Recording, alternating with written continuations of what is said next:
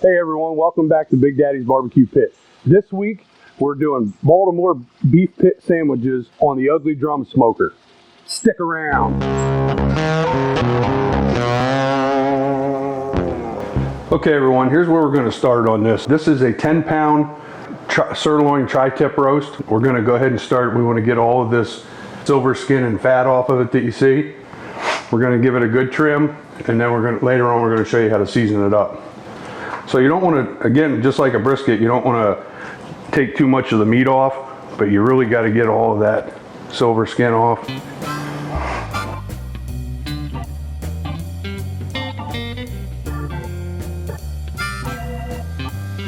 Okay folks, so what I did here is I took an 1/8 of a cup of garlic, 1/8 of a cup of pepper, and 1/8 a cup of salt. Mixed it all together real well, and I added 2 heaping tablespoons of smoked paprika.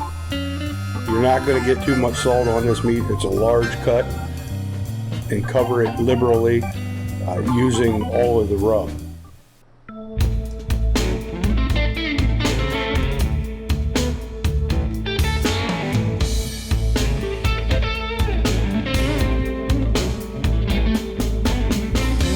Hey everyone, we got our drum cooking about 350 right now. What I've done here is I've taken a cake pan with a rack and set it. I'm cooking indirect. Most of my heat's on the front of this drum, and I'm going to take some beef stock and just pour it right into that pan to help keep giving this beef some moisture once we put it on.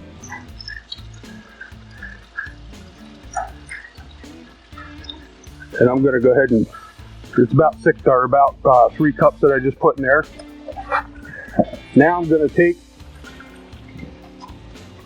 our tip roast and we're going to set it right on top of that rack. That way all the drippings will go right down into the pan and we can save them to use for the au jus. We're going to let this cook for about an hour. I'm going to put my meter probe into the side in the deepest part. We're going to let it come up to about 125. At that point we're going to pull it off and let it rest. Slice it up for sandwiches.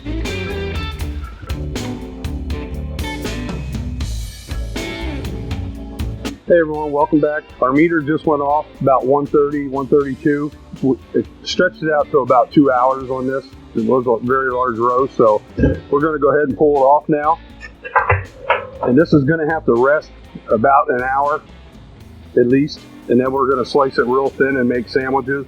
We're going to reserve the juice in that pan down there and dip some of the slices in it while we're building our sandwiches. So you can see it turned out really nice. It's got great color. We're going to pull it off of here, put it on a cookie sheet, take it inside, wrap it up in foil, and let it rest.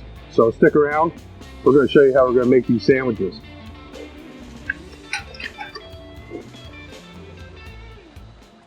Hey everyone, welcome back. What goes best with a Baltimore beef pit sandwich is French fries, fresh cut fries. We added this 4.5 gallon fryer to the front of Flow, and we just got it back this week. This is our first time using it. We're going to do fries as a side with our sandwich, so we wanted to show it to you and give it a test run.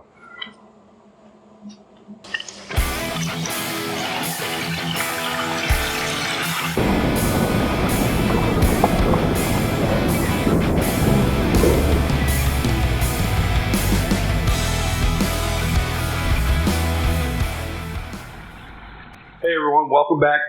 We got our Baltimore Pit Beef. It is rested, or it has rested. Over here we have some Baltimore Tiger sauce, some sliced onions, and the au jus that we reserved, and we kept it heated so we can go ahead and dip it in before we put it on the sandwich, and then our fries we're going to season up and plate for you. So we're just going to go ahead and we're going to try to slice this as thin as possible. If you have a meat slicer at home, that would probably be a really good option for this. So you just want to keep it nice thin slices, like you're slicing or roast beef sandwiches slices.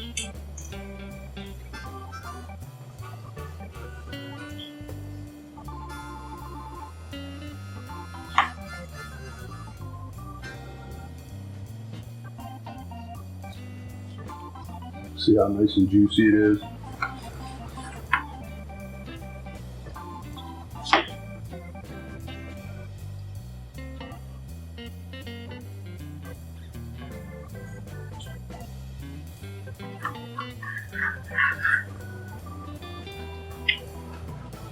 Go ahead. Just bring it over here. We're just going to throw it in the sauce.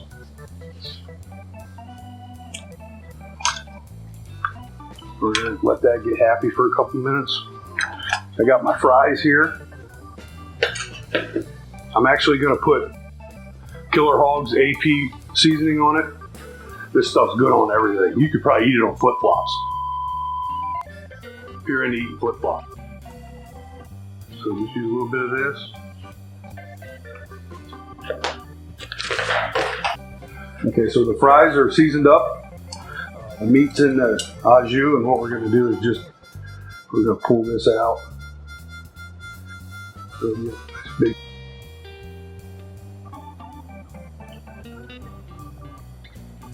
Put some fresh onion on there. And some of this Baltimore Tiger sauce. All these recipes will be on our YouTube link. You'll be able to check them out. This is all really super simple. Get you some fries and put it on there. We're going to give this thing a taste. It looks excellent, I can tell you that. And I'll let you know how it tastes here in a second.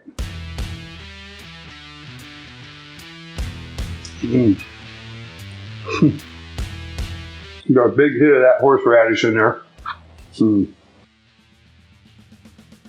Meat was super juicy, very tender. Had a very big mouthful. I'm gonna go after one of these fries. Nice and crunchy. Flo's French fryer works great. Again, folks, very easy recipe. Give it a shot at home. Check us out on Facebook, Instagram. Go to YouTube, like our channel. All these recipes will be on there. Thanks again, and always remember, get you some.